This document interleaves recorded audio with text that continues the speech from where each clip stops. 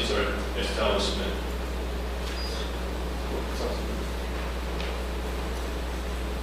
Okay, we do work with the renowned ecology partners in many parts of the world, just to show us and sort of tell us we are in the right track of doing. Of course, that includes Costa Rica, Mongolia, Thailand, Sri Lanka, Malaysia. There are other places that we're always seeking for more partners, and we have new entities from Indonesia, but it's not reflected in this map. There are many certification programs for accommodations that you can see in this presentation. Although we're trying to work with the GSTC, which is the new initiative, the global standard of sustainable tourism criteria, because once we had this criteria, 110 item criteria for Japanese marketplace. But since we were very small and no one knew about us, no lodges wanted to work with us because they didn't see any benefits in working with us, because even if they are certified through us, it doesn't really mean it. So now that we are working with GSTC, I think our program will be well received because it is linked with the international circles. This is the older items that we try to be transparent as much as possible. This is not the best case, but we show by 6 categories with all standards. We are now working with the new standard with GSTC, which is coming up in a few months' time. Still, we have break down into environmental sustainability, food and beverage, reduction of waste and recycling, saving energy, water, green purchasing, and also care for the environment as an ecology.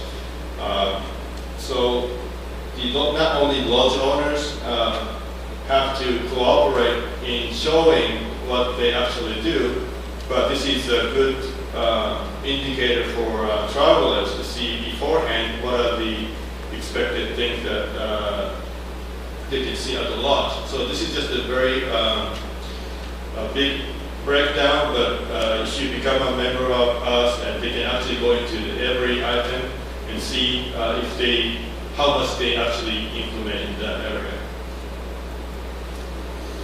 As for the certification program, in Japan we break in. It's very easy to see, if you go to a sushi restaurant, there's always 3 levels. The top one is the plum, which is the bottom, and we have the second level, which is bamboo. I'm sorry, the plum is the lower, the second is bamboo, and the top is a pine tree. So if you're in Japan and order like a set of sushi menu, you would order like sushi pine, which is the highest standard. So we're trying to get that recognized for international circles as well. As for our lodge members, they can just register and try to benchmark themselves, but they don't really have to be certified. If they are hungry to be certified, they have to satisfy all categories 50% or more. And the first year, they can audit by themselves. It's a self-audit. We do not allow from the 3rd year. We, as an association, come in and do an on-site audit. They will need external audit so that they are not cheating, just to make sure that they're doing the right thing. So these are the things that we're working as an association. I will go in the afternoon more in detail of how we actually work and implement these projects. So we're trying to work with more stakeholders in that sense. I think working with greenfielding material manufacturers are something that not every ecotourism bodies do. I know that a couple of nights ago we had a problem with cold shower, but of course we are all ecotourism experts. Nobody knew what was the problem. So somebody really need a tech person in that sense. So I think Ecolodge, as far as ecotourism is concerned, if you think about how many hours you spend on a tour, at least you spend 10, 12, or 10 hours a day 8-10 hours a day. So that's a big part of a tour, I think. So transportation, accommodation, and tours themselves are very important components of ecotourism. And thank you.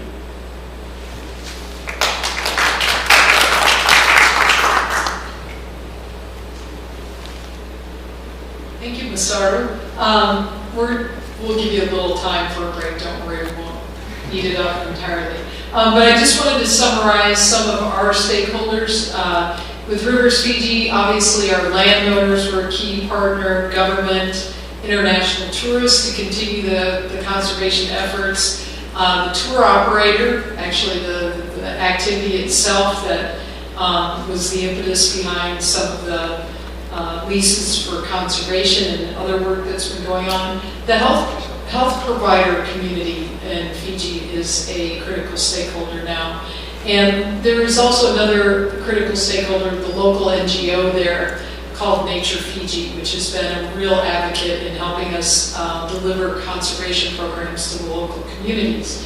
With the VCC that Glenn brought up, we've got tourists, tour operators, hoteliers, FONAFIFO, which is a critical aspect of engaging a government entity and a conservation organization in reforestation, certification organization, Kanaeko. We have, which helps with the education and the contributions to conservation. Masaru brought up a whole slew of stakeholders from small eco-lodges to international ecotourism associations to real interesting and I think important stakeholder is other like-minded businesses, right, from around the world. He's drawn on ideas from all over the world, every corner of the world, and some of the best examples of eco-lodges around the globe. His guests, local governments and institutions that are looking to help understand this eco-lodge phenomenon and sustainability, and the international standard, the GSTC, which we'll talk a little bit more about a little later. So with that summary, I'm sort of setting you up for your homework that we're going to start when you get back from your break. But we wanted to ask, are there any questions regarding this particular piece of the workshop that we presented to you today? Either for Glenn, Masaru, or myself, or for each other. Yes, please. And we probably have a microphone that's going to help here. Yes, morning again. I would like to ask Sir Takayama regarding the evaluation or the criteria they have to be considered as eco-lodge. Who does the assessment? Do your group interview the owners or the owners of the lodge?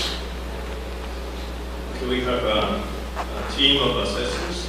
But what we do is we are not lodge owners because that would create conflict of interest. So I'm with the ecotourism consultant, I'm a tour operator.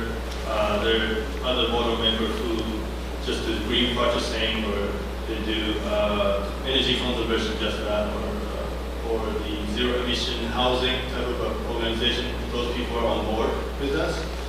And like I said, not the first year, but on the third year, we will come in and make sure that the owner will work with us and show us, and they will provide us the utility bills beforehand over years, so that they are actually showing how much their calculations are done.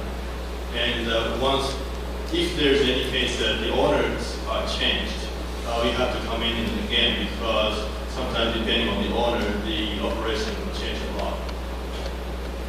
So there is a third-party verification. Yeah. Any other questions? Yes, please. Sorry, maybe it's a question for all of you. I mean, how did you start it? Because did you start tackling stakeholders that were already present, meaning going to tour operator and starting to make them more sensible, or you started creating new And the other question is, were this location that you show us, were they already tourist location before you started, or it is something new that you opened? Thanks. Okay, I'll give it a go and then we'll, Glenn or Sarah, please jump in. With Rivers Fiji, we started with our landowners. That was a critical piece. You really can't do anything without the permission of the landowners, and because we were a river corridor, we passed through several Montegalli. So even to come into the country and start a business, we had to get signatures probably 3 or 4 times because everybody wanted their own process, but quite bureaucratic. So we started with the landowners. From there, we went to in government sort of at the same time. Then we realized that the logging company had a hold on actually logs right up to within 30 feet of the river. So we had to work with them to relinquish 200 meters on either side in order to get that buffer zone established. And then it all went into the NLTD, which is their leasing governmental organization. So landowners, but I should mention another very critical stakeholder, and I think we've mentioned tourists, but our marketers, the people, the tour desks, the travel companies, the inbound operators that sell tourism products are a key and very critical stakeholder in us even existing. So that's another one we had to bring on board very early. With respect to, was there already tourism going on? Not in the areas that we were.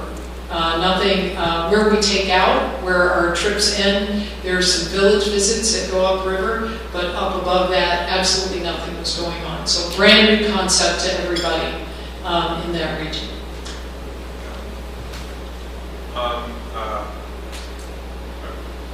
In terms of Costa Rica had a base for 30 years of people coming to visit for the biodiversity and for activity. And the kind of client that was arriving to Costa Rica in the early days when I first started was a client that was better educated in terms of geography and natural resources, was a client that was fairly wealthy comparatively to other kinds of travel, and the kind of activities they were looking for had to do more with authentic, non-exploited activities. So that developed a niche for us. Our market was quickly identified, and as a result, we began to meet the expectations of this kind of client, which were a lot higher than your conventional client. And as a result, Costa Rica has 80% of its hotels are 20 rooms or less. They're very small. The prices are much higher than most other Latin American communities, and the level of quality of the hotels and experiences are generally much higher than you'll find in most other countries. What we did in 2003 was we had an eco forum in the Atlantic side of the mountain ranges in a place called Sarapiquí, where all of the ecotourism and conservation area people gathered to talk about how we could have a symbiosis between protection of areas, restricted areas, national forests, etc., and the development of this kind of tourism I just mentioned. And as a result, we formed, at that time, CANAECO as well. And the development of this was based on, I think, in retrospect, a very aware and savvy knowledge of who our client was, who the stakeholders were in our tourism program, and what was at stake for us as a country. And so it was a little bit easier maybe for Costa Rica because they, as a culture, have this ingrained environmental respect. They don't have an army, it's a very peaceful country. So it was a little easier in that sense, but we did ultimately have to identify who these people were and start thinking about all aspects of sustainable travel. Thank you, Glenn. Okay. All right. Any other questions? Yes, sir. Do your tour operators inform the clients, I mean, ecotourists, about how much money will go for this conservation purposes? Yeah, oftentimes that's actually a question, it's a very good question, and I think Masaru and I can both answer that. In our materials, in fact, in our most recent revision of our brochure, we're trying to show the tourists how much of their dollar that they expend actually goes back into conservation of the area. Because we tell them, but we feel it's even a more important attribute of our experience overall, that they are actually helping conserve the very corridor that they're going down during that day. Cautious ecotourism. Cautious. Yes. In this kind of transparency is very important, and it's a very good question. Thank you. I believe that in most cases, not all cases, but in most cases, and I'm speaking about Costa Rica because that's where I'm from. There are many other countries that also employ similar kinds of programs. But in Costa Rica, our certification for sustainable tourism is a very transparent, open book certification, which reveals on all levels how our investments are going to ultimately land at the feet of the tourists. And their questions often are, how much extra do I have to pay in order to enjoy this kind of thing? Not as a complaint, but as a very insightful question. And when we had a program in the national parks in Costa Rica where we were charging more for the international tourist than we were for the national tourist, with the idea that the national tourist did not have the same cost of living concerns, or had more cost of living concerns than the international tourist. And there was a tremendous backlash from the international traveling community about that. Why should we have to pay more than anybody else? And so you have these kinds of conflicts sometimes when it comes to those revelations about how much I'm paying and how much is going to go, and is this something I want to support? So it's a problematical situation. Thank you. And Masaru, do you want to, you actually put it in your brochure too? Yes, I'm also an operator, but what we do is about 95% are customized tours. It's very hard to show them, all the time. But we do have package tour which comprises breaks into like 5 categories. I show how much percent is going to local people, how much is percent is going to conservation, and how much to tax and all that stuff.